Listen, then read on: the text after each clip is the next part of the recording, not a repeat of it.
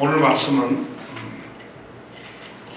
우리 데살로니가전서 2장 1절에서부터 12절 말씀인데 1절부터 4절까지 말씀을 우리가 읽도록 하겠습니다. 1절부터 4절 말씀을 다 같이 함께 읽겠습니다. 형제들아, 우리가 너희 가운데 들어가니 헛되지 않은 줄을 너희가 친히 아나니, 너희 아는 바와 같이 우리가 먼저 빌립보에서 고난과 능욕을 당하였으나 우리 하나님을 힘입어 많은 싸움 중에 하나님의 복음을 너희에게 말하였노라.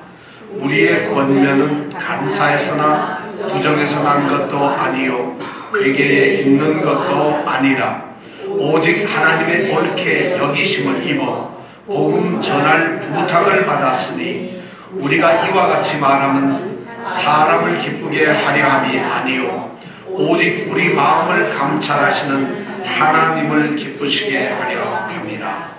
아멘. 복음을 듣는 사람들은 복음을 받고 들은 다음에 그 복음대로 또 살아야 합니다. 그리고 그 복음을 전해야 될 사명을 가지고 있습니다. 이렇게 사는 사람을 성경은 성도라고 합니다. 성도는 누구냐 하면은 거룩하게 이 시간 앉아있는 성도들, 여러분 내가 누군가 하면 이 시간 생각해 보기 바랍니다. 성도는 누구냐? 복음을 받은 사람이에요.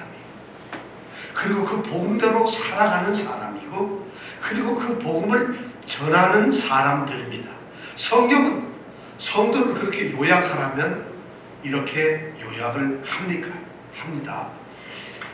지금 데살로니가에 있는 이 교회도 똑같이 그런 교회였습니다. 이 데살로니가 교회는 말이죠, 소문난 교회였습니다. 소문이 났단 말입니다.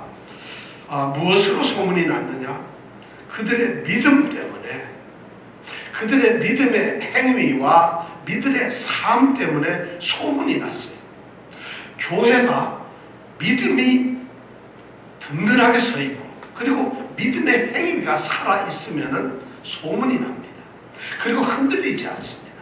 이 데살로니가 교회는 바로 그 믿음 때문에 교회 안에 아무런 잡음이 없어요. 어떠한 문제도 교회 안에서는 없었습니다. 그러니까 바울 사도가 너희 믿음의 역사와 사랑의 수고와 소망의 인내를 내가 들었다. 그리고 그것이 소문이 났고 모든 교회의 모범이 되었다. 이렇게 바울 사도는 1장에서 이야기를 합니다. 너무 아름다운 교회죠. 너무 축복받은 교회고 본받고 싶은 그러한 전형적인 교회의 모습이죠. 그럼 이 교회는 항상 즐거움만, 기쁨만 있을까요? 그렇지가 않습니다. 교회 안에는 아무런 문제가 없는데 교회 밖으로부터 시련과 환난이 다가옵니다. 그들이 신앙생활 하는 것을 시기하고 질투하는 유대인들이 밖에서 모함을 하고 그들을 핍박합니다. 데살로니가 성도들은 가슴 속에는 뜨거운 믿음과 사랑을 가지고 있지만 밖으로부터 오는 환난 중에서 그들의 믿음을 지키기 위해 싸움하는 교회였습니다. 투쟁하는 교회였어요.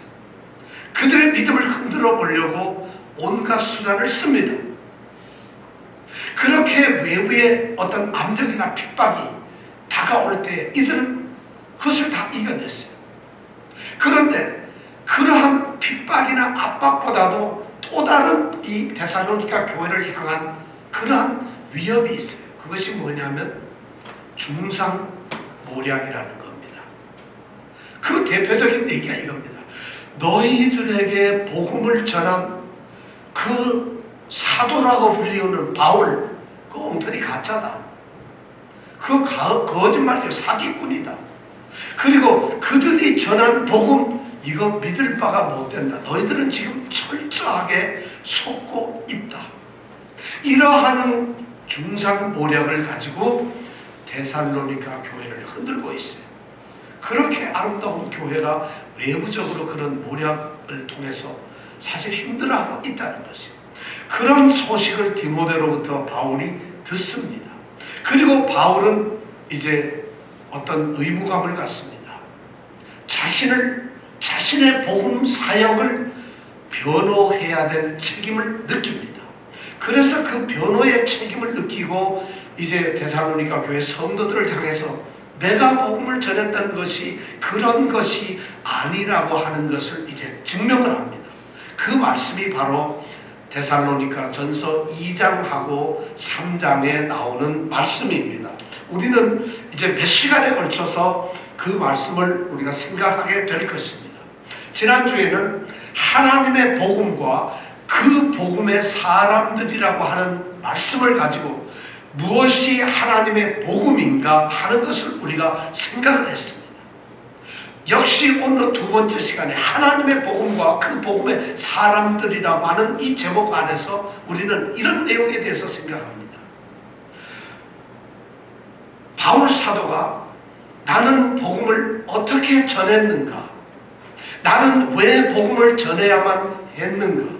그리고 나는 무엇을 위해서 복음을 전해야 했는가 하는 것을 변명하는 그 말 가운데서 우리는 소위 복음을 맡은 자들, 복음 전도자들, 오늘날로 말하면 목사, 또 선교사들, 아니면 복음을 가르치는 교사들, 아니면 복음의 말씀에 붙들려 있는 성도들, 이런 사람들을 향해서 하나님의 복음과 그 사람들의 삶이, 그들의 태도가, 그들의 믿음이 어떠해야 하는가를 우리는 바울을 통해서 오늘 여러 가지를 보게 될 것입니다. 자신이 어떻게 복음을 전했는가? 우리는 먼저 이 문제를 가지고 한번 생각을 해보려고 합니다. 바울은 복음을 전하는 자들, 소위 복음 사역자들에 대해서, 목사나 이 교사들에 대해서, 복음을 받은 자들에 대해서 복음 전하는 자들은 어떻게 복음을 전해야 하는가 하는 말씀을 오늘 우리에게 3절에서 우리에게 말해주고 있습니다. 바울이 지적하고 있는 것은 세 가지 중요한 핵심적인 진리입니다. 우리의 권면은 간사에서나 부정에서 난 것도 아니요 괴계에 있는 것도 아니라. 여기서 우리는 중요한 세 단어를 보게 됩니다. 간사, 부정, 그리고 괴계라고 하는 이 세 단어를 봅니다. 첫 번째 바울이 이 얘기하는 이 복음 전도자들은 이 하나님의 말씀을 어떻게 전해야 하느냐. 첫 번째가 바로 복음을 전하는 자들은 순수한 복음을 전해야 한다는 것입니다. 복음을 전하는 자들, 순수한 복음을 전해야 한다는 것입니다. 바로 그 말씀이 3절에 나와 있는 우리의 권면은 간사에서 난 것이 아니라는 말의 뜻입니다. 간사라고 하는 말이 바로 그런 겁니다. 이 간사라는 말은 그런 의미를 가지고 있어요. 미혹한다거나 또는 잘못되었다 또는 실수를 했다, 이런 의미를 우리에게 주고 있습니다. 그러니까 잘못된 복음을 전했다. 바울이 지금 얘기하는 것이 나는 너희들에게 복음을 전했을 때 잘못된, 틀린, 가짜, 그런 엉터리, 불완전한 그런 복음을 전하지 않았다는 것이. 오늘 복음을 전하는 이 교사들에게 가장 중요한 것이 하나님의 복음을 순전하게, 순수하게, 참된 복음을 전해야 한다는 것을 오늘 우리에게 말해주고 있습니다. 하나님의 말씀이 아닌 것을 전해서는 안 된다는 것입니다. 하나님의 말씀 가운데 무엇을 더 더해가지고 전해도 안 되고, 하나님의 말씀에서 어떤 부분을 빼버리고 전해서는 안 된다는 것입니다. 사람들이 그 말씀을 반대하기 때문에 어쩌면 그 사람들이 반대하는 말씀을 살짝 비틀어가지고 왜곡시키거나 조작을 해서도 안 된다는 것이고, 사람들이 이런 말씀만 좀 듣고 싶어요. 복 받는 얘기, 기쁜 얘기, 즐거운 얘기, 잘 되는 얘기, 형통의 얘기만 듣고 싶어요. 그런 얘기만 해서 귀를 즐겁게 하고 마음을 즐겁게 하는 그러한 편협된 복음을 전해서도 안 된다는 것입니다. 하나님의 심판과 하나님의 진노, 하나님이 싫어하시는 것, 그런 사람들이 받는 최후의 모습들, 징계들, 이런 것이 사실은 선언되어야 한다는 것이죠. 복음이 이렇게 나눠지면 안 되는 것이에요. 순전한 복음을 전해야 되는 것이에요. 왜냐하면 복음 맡은 자들이 전하는 복음은 하나님의 말씀이기 때문에 그렇습니다. 하나님의 말씀만 전해야 됩니다. 하나님이 그 말씀을 주셨고 하나님이 그 복음을 만드신 분이기 때문에 우리는 하나님의 뜻에 따라서 전해야 됩니다. 더군다나 그 복음의 내용이, 핵심적인 내용은 예수 그리스도라는 것이죠. 그러니까 복음을 전하는 사람, 말씀을 전하는 사람은 하나님의 의도에 따라서 예수 그리스도를 전해야 한다는 것입니다. 바울은 누구보다도 그걸 알기 때문에 우리가 복음을 전했던 것은 간사하면서 한 것이 아니라고 당당하게 선언을 할 수 있었어요. 왜 그랬을까? 바울은 이런 생각을 가지고 있어요. 자신이 복음을 만들어낸 것이 아니라는 의식을 가지고 있어요. 자신이 그 복음을 갖다가 바꿀 수 있는 존재도 아니라는 걸 알고 있어요. 그렇다고 해서 자신이 그 복음을 완전한 것으로 완성을 시킬 수 있는 사람이 아니라는 걸 알고 있어요. 하나님이 주신 그 복음은 그대로 정확하게 분명히 그렇게 전해야 된다는 생각을 가지고 있어요. 그래서 첫 번째, 복음을 맡은 자들이 복음을 전할 때 어떻게 전해야 되느냐? 참된 복음을 전해야 한다는 것이에요. 그런데 이 간사라는 말에는 또 이런 의미도 있어요. 이런 지식의 부족함 때문에 생기는 잘못된 것들, 이런 의미도 가지고 있어요. 이 말은 무슨 말이냐? 하나님의 복음을 전할 때 복음에 대한 참된 지식을 갖지 못해요. 복음에 대한 참된 깨달음을 알지 못해요. 복음을 분명하게 분별할 수 있는 능력이 없어요. 그러면서 복음을 전하면 안 된다는 것이에요. 그런 복음이 전해져서는 안 된다는 것입니다. 굉장히 무서운 말씀입니다. 복음을 맡은 자들이, 복음을 전하는 자들이 아이고 뭐 어때, 예수만 전하면 되지, 그런 말씀이 아니에요. 자신의 지식의 부족함 때문에 자신이 미처 못 깨달았는데도 복음을 전하는 자들은 그것은 간사하게 복음을 전하는 것이나 마찬가지라는 것이에요. 복음은, 전하는 자들은 하나님의 복음의 전달자일 뿐이에요. 그러니까 전달하는 자는 분명하게 그 복음을 전해야 한다는 것입니다. 우리가 물건을 파는 사람이 말이죠. 여기 이 셀폰을 파는 사람이 있어요. 셀폰의 기능이나 내용이나 용도나 셀폰이 가지고 있는 특징이나 좋은 점, 이런 걸 모르고 팝니다. 그럼 어떻게 팔 수 있겠어요? 누가 물어보면 아이 됐어, 이 사람은 따지지 말고 받아, 이럴 수는 없잖아요. 뭔가 설명도 하고 얘기도 하고 해서 이것이 그 사람에게 구매력을 가질 수 있도록, 구매 욕구를 가지고 살 수 있도록 결과가 되도록 해야 되잖아요. 하나님의 복음이, 하나님의 말씀이 그렇게 싸구려로 값싸게 아무렇게나 전달되는 것은 복음을 맡은 자가 할 일이 아니라는 것이죠. 우리의 권면은 감사해서 난 것이 아니라고 바울 사도는 지금 데살로니가 성도들에게 분명하게 이야기하고 있습니다. 오늘날 우리에게 주어지는 굉장히 심각하고 아주 중요한 말씀입니다. 두 번째가 뭐냐면, 복음을 전하는 자는 순수한 동기를 가지고 복음을 전해야 된다.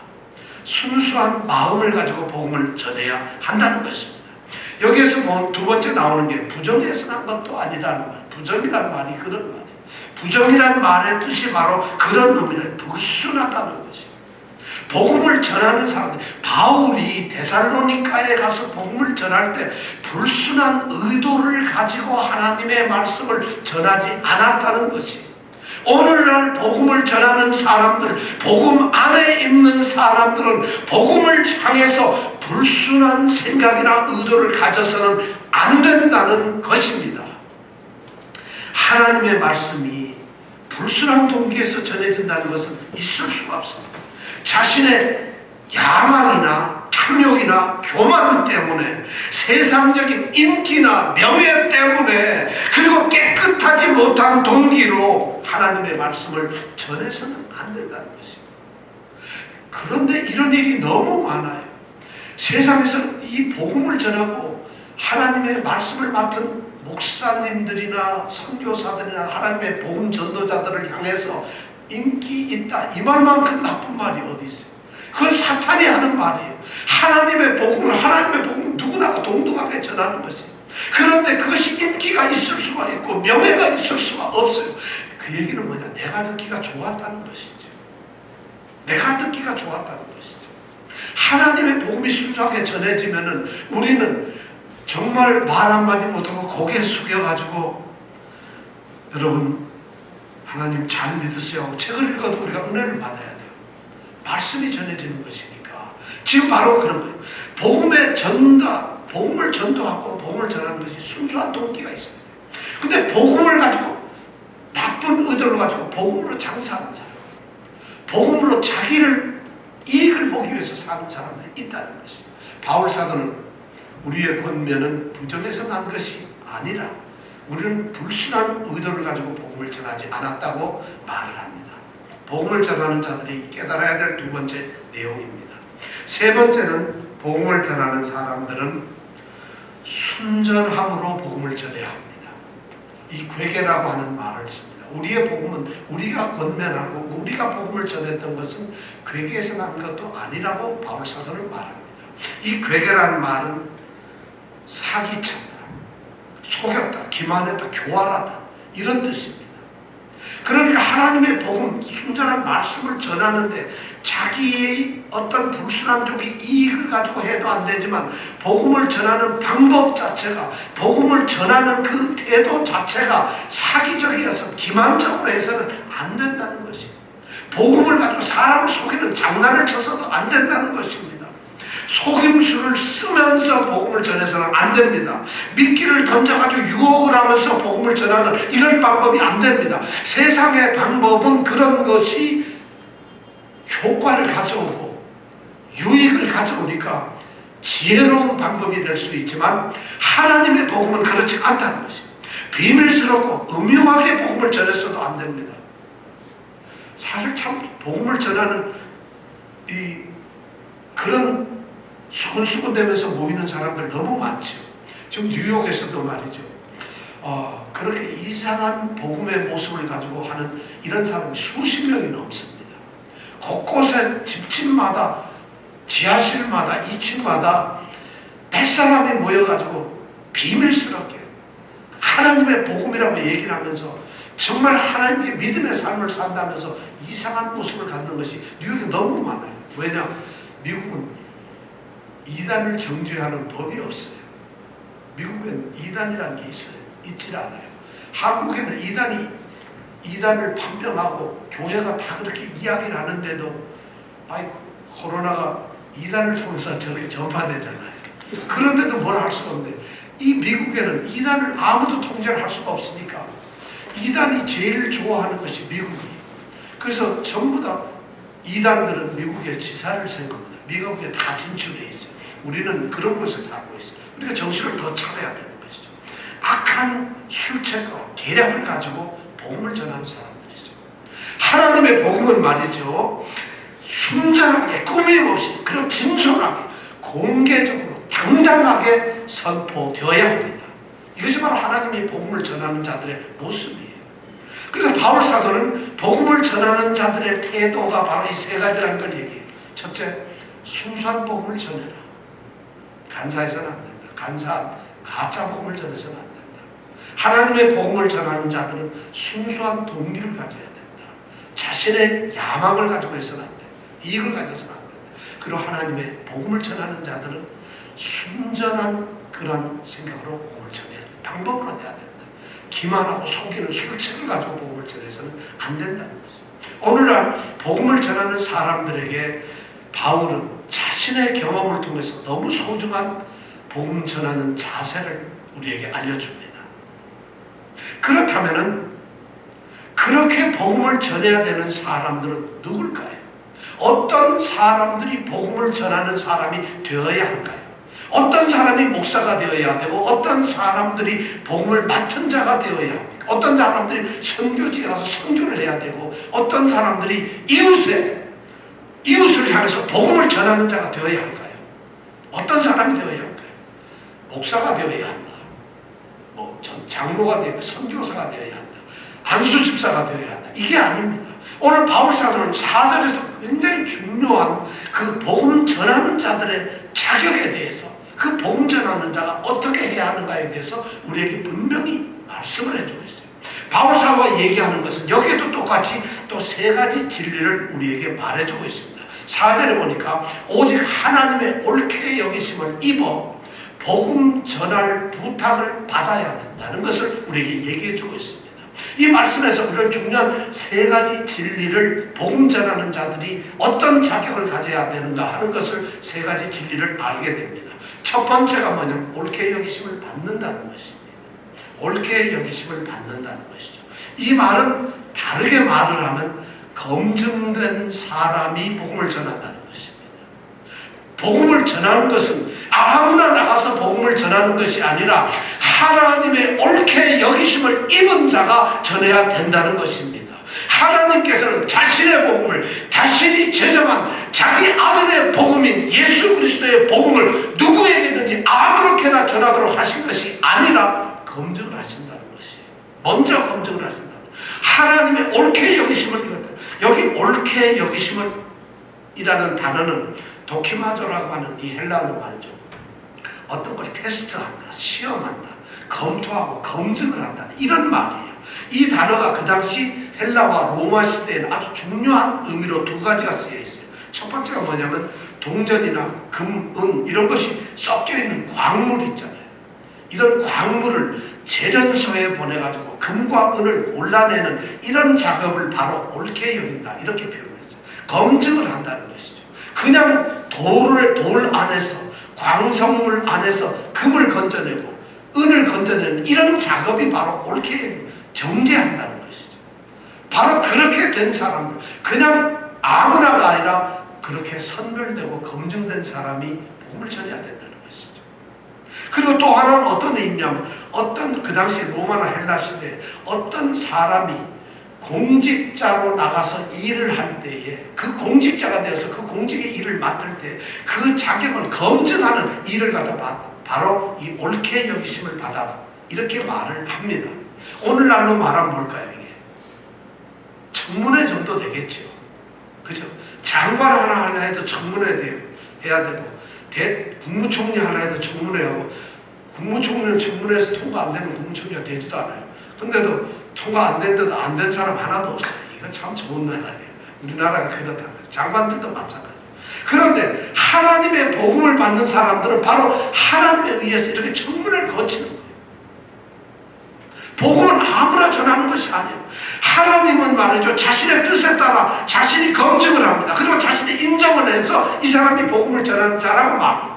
바울 사도가 지금 그렇게 고백을 하고 있어요. 나는 하나님께 옳게 여기심을 입은 자라는 것을 바울은 이야기하고 있어요. 얼마나 이것이 자랑하려고 하는 것이 아니에요. 자기를 의심하려고 하는 것이 아니라 자기는 그렇게 하나님의 복음을 전할 수 있도록 하나님이 자신을 인정해 주셨다고 하는 것을 고백하고 있는 것입니다. 복음을 전하기 전에 잠깐 먼저 주님 하나님께서는 검증을 하십니다. 과연 이 사람이 복음을 전할 수 있을 사람인가, 전할 만한 사람인가, 맡겨도 되는 것인가 하는 것을 하나님은 검증합니다. 예수님께서는 12제자를 뽑으시고 그들이 예수님이 부활하시고 떠난 다음에 그들로 하여금 땅끝까지 이르러 증인이 되라고 말씀을 하십니다. 예수의 증인이 되라고 얘기를 하죠. 예수를 전하는 복음 전도자가 되라고 말을 하죠. 그런데 그 시간이 걸리기에는 3년이 걸렸어요. 예수님은 제자들을 부르고 3년 동안 그들과 함께 숙식을 하면서 날마다 똑같이 생활하면서 그들에게 검증을 하셨다, 가르치셨다는 거예요. 사도 바울이 다메섹에서 예수님을 만나고 나서 꼬꾸라진 다음에 바로 복음을 전하는 선교사가 된 것이 아닙니다. 3년 동안 그는 아라비아에 가서 철저하게 훈련받은 사람입니다. 성경은 그런 얘기를 우리가 안 하지만 갈라디아서 2장을 보면은 그런 내용을 알 수가 있어요. 하나님의 복음을 전하는 바로 바울이 그렇게 이야기할 수 있었던 것은 자신이 바로 그러한 것을 겪었다는 거죠.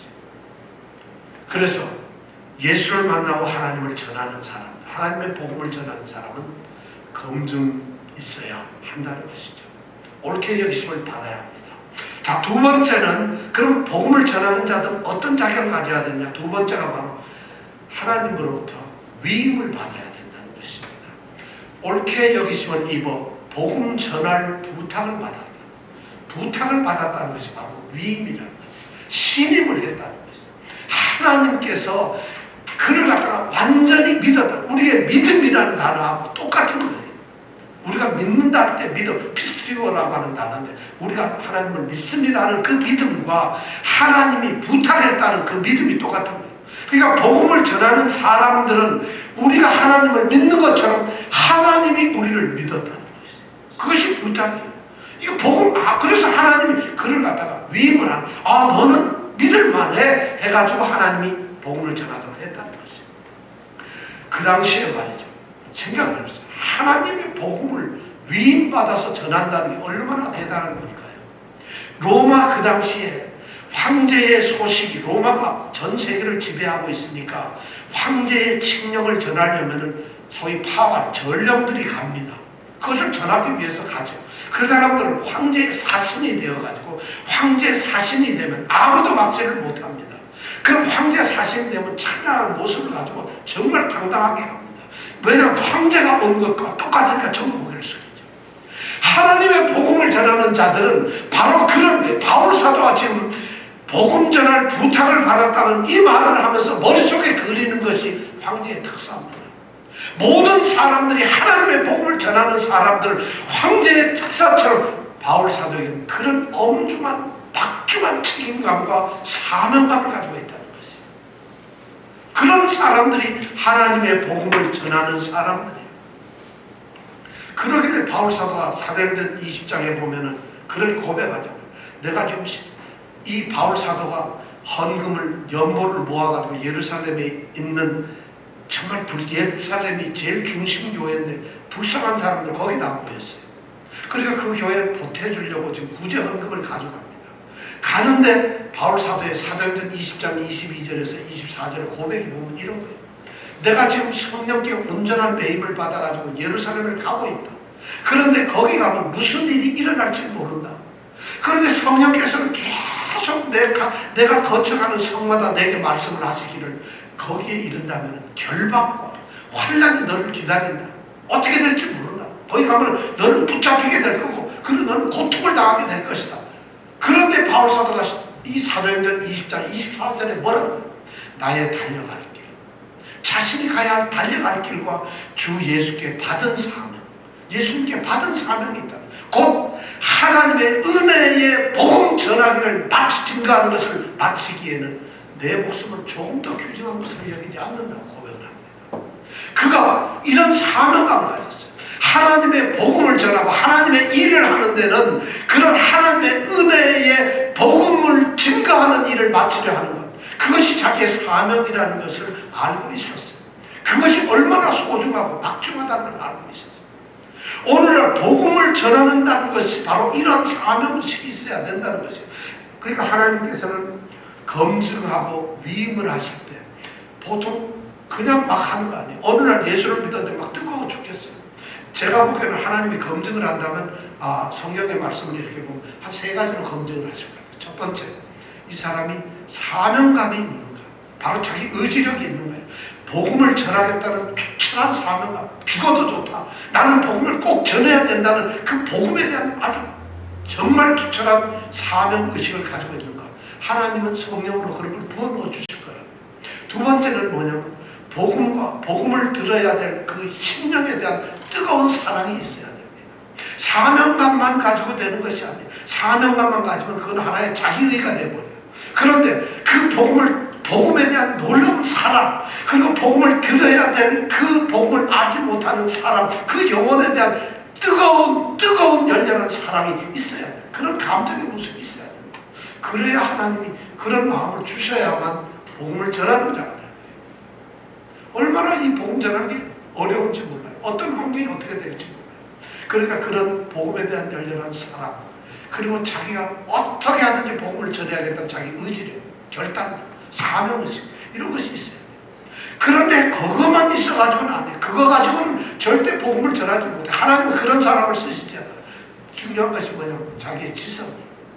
전해야 될 하나님의 복음을 아는 것이. 하나님의 참된 복음을 깨닫고 아는 것이. 복음을 모르고 열심만 가지고 하는 것이 아니라는 거죠. 복음을 모르고 사명의식만 가지고 복음을 전하는 것이 아니라는 거죠. 오늘날 우리 단기 선교하고 이렇게 하는데 보면 가장 안타까운 게 그거예요. 모여가지고 뭐 3주, 석 달, 1년 기도하고 막 뜨겁게 하는데 그들이 전하는 복음의 핵심은 뭘까요? 사명과 북돋을 수 있습니다.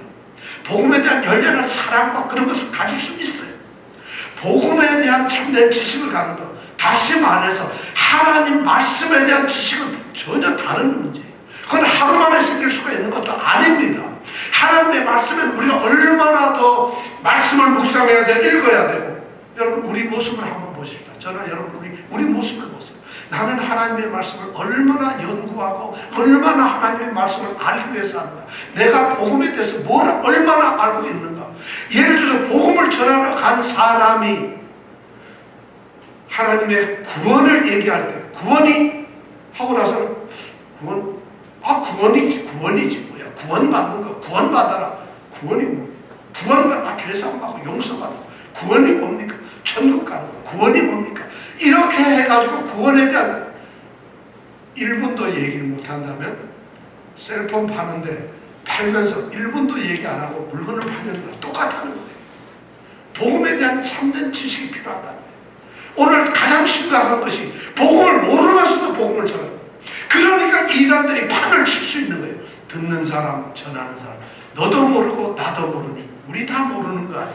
가짜들이 판치는 거예요. 그러니까 가짜들 판쳐도 좋아하는 거예요. 장로들이 넘어가고 목사들도 넘어갑니다. 아니 일반 성도들 100명이면 90명 정도 넘어갑니다. 자신의 야욕을 가지고 야심을 가지고 덤비는 안 넘어갈 재주가 있나요? 모르기 때문에 넘어가는 거예요. 달콤하잖아요. 들을만하고 굉장히 그럴듯하잖아요. 당장 나한테 도움이 되잖아요. 얘도 그러는데 너도 해라. 얼마나 좋아요. 사이좋게. 이것이 가짜 복음의 모습이에요. 진짜 참된 복음은 힘들어요. 하나님의 검증을 받아야 되고 하나님이 믿어줘야 되고 위임을 시켜야 되고 그래서 하나님이 인정을 해줘야 돼요. 가장 중요한 것은 세 번째로 뭐냐면 하나님에 의해서 하는 것입니다. 복음을 전하는 사람은 자기가 하는 것이 아니에요. 오늘 말씀 4절에 보니까 오직 하나님의 이 말이에요. 하나님의 옳게 여기십니다. 하나님의 의라는 말은 하나님에 의해서 이런 말이에요. 복음을 전하는 자는 하나님에 의해서 인정을 받는 사람이에요. 제가를 받고 결정을 받고 사인을 받은 사람이에요. 자기가 복음 전하는 자로 스스로 전가하는 것이 아니라는 거예요. 스스로 인정을 하는 것이 아니라는 거예요. 내가 복음 전하는 결심을 하는 것이 아니라는 거예요. 내가 나서서 복음을 전하는 것이 아니라 하나님에 의해서 인정된 사람이라는 거예요. 하나님이 오케이 너 하고 사인을 해줘. 귀하를 복음 전하는 자로 임명함 하고 하나님의 도장이 지켜야 된다는 거죠. 하나님에 의해서. 근데 오늘날 그런 것이 없어요. 참, 그런 것이 없는 것이 너무 많잖아요. 하나님에 의해서 검증되고 하나님이 신뢰하는 그러한 사람에게 하나님은 자신의 복음을 전하기를 원하십니다. 그렇게 맡기신다는 것이죠. 그러니까 복음 전한다는 것, 목사가 되고 교사가 되고 선교사가 되고 복음을 우리가 전하는 전도자가 된다는 것, 얼마나 두려운 건지 몰라요. 이런 과정이 겪어졌을 때 얼마나 그 직분이 귀하고 존귀하고 아름다운지 몰라요. 그렇기 때문에 복음 전하는 자들은 정말 하나님의 존경을 받는 것이에요. 자, 세 번째 그렇다면 우리는 지금 복음을 어떻게 전해야 하는가? 누가 복음을 전해야 되는가에서 생각을 했습니다. 그러면 마지막으로 무엇을 위해서 복음을 전해야 할까? 오늘 4절 말씀해 보니까 후반전에 우리가 이와 같이 말하면 사람을 기쁘게 하려 함이 아니요 오직 우리 마음을 감찰하시는 하나님을 기쁘시게 하려 함이라 이렇게 말씀을 했어요. 그렇습니다. 하나님의 복음을 전하는 목적은 사람 기분 좋게 하려고 하는 것이 아니라 하나님을 기쁘시게 하는 것입니다. 그것이 복음 전하는 것의 목적입니다. 왜냐하면 하나님이 기쁘게 한다는 이 말은 하나님께 기쁨을 드린다, 하나님께 봉사한다는 이런 말이에요. 그러니까 사람의 인정받고 사람을 기분 좋게 만들고 사람한테 어떤 환심을 얻고 사람에게 호의를 받는, 이것이 복음을 전하는 목적이 아니라는 거예요. 복음은 그래서 전하는 것이 아니라 때를 얻든지 못 얻든지, 복음을 전하는 길이 힘들든지 고통스럽든지, 복음을 전하는 결과가 있든지 없든지 그 복음을 전하는 목적이 하나님의 기쁨 때문에 한다는 것이에요. 그래서 복음은 그럴 수밖에 없어요. 그러니까 사람이 중심이 되는 것이 아니에요. 오늘날 복음을 전하는 사람들이 사람 때문에 한다고 막, 사실은 우리가 냉정하게 따지면 죄 가운데서 죽어가는 영혼 때문에 우리가 복음을 전하는 것이 아니라 하나님이 복음 전하는 걸 기뻐하시기 때문에, 그래서 복음을 전하는 것이에요. 우리가 죄 가운데서 죽어가는, 멸망당하는 사람을 위해서 가는 것이 아니라 우리가 복음을 들고 가는 이유는 하나님의 영광을 드러내고 하나님의 나라를 세우고 하나님의 뜻을 위해서, 하나님을 섬기기 위해서 가는 것이에요. 그것이 다른 말로 했을 때 죄인을 구원하고 건진다는 이런 말이 되는 거예요. 그러니까 우리의 복음을 전하는 가치가 사람의 중심이 아니라 하나님 중심이 되어야 한다. 그래야만 우리의 복음이 정말 존귀한 복음이 되고 복음 전하는 자의 모습이, 자세가 올바르게 된다는 거예요. 사람에게 인정을 받으려는 그런 사람은 하나님을 기쁘시게 할 수가 없습니다. 불가능합니다. 절대로 그럴 수가 없습니다. 저는 여러분들에게 묻습니다. 우리에게 날마다 우리 스스로에 묻는 질문이 있어야 됩니다. 나는 누구를 기쁘게 하고 있는가? 나는 누구를 섬기고 있는가? 오늘 성도들이 아침에 일어나면서 또 저녁에 잠을 자기 전에 하루를 돌아보면서 1년을 계획하면서 한 달을 계획하면서 나는 누구를 기쁘게 하는가? 누구를 섬기는가? 이것이 믿음의 처음 출발점이라는 것이에요. 복음 전달자들, 그리고 복음을 전함을 받는 사람들도 동일합니다. 복음을 전하는 자들이 그렇게 만약 해야 된다면 복음을 전달받는 사람, 복음을 듣는 사람들, 말씀을 듣는 사람들은 어떻게 해야 되느냐? 여러분, 이렇게 됩니다. 나는 순전하고 참된 복음을 듣고 있는가? 참된 복음을 나는 그 복음 안에서 나는 살고 있는가?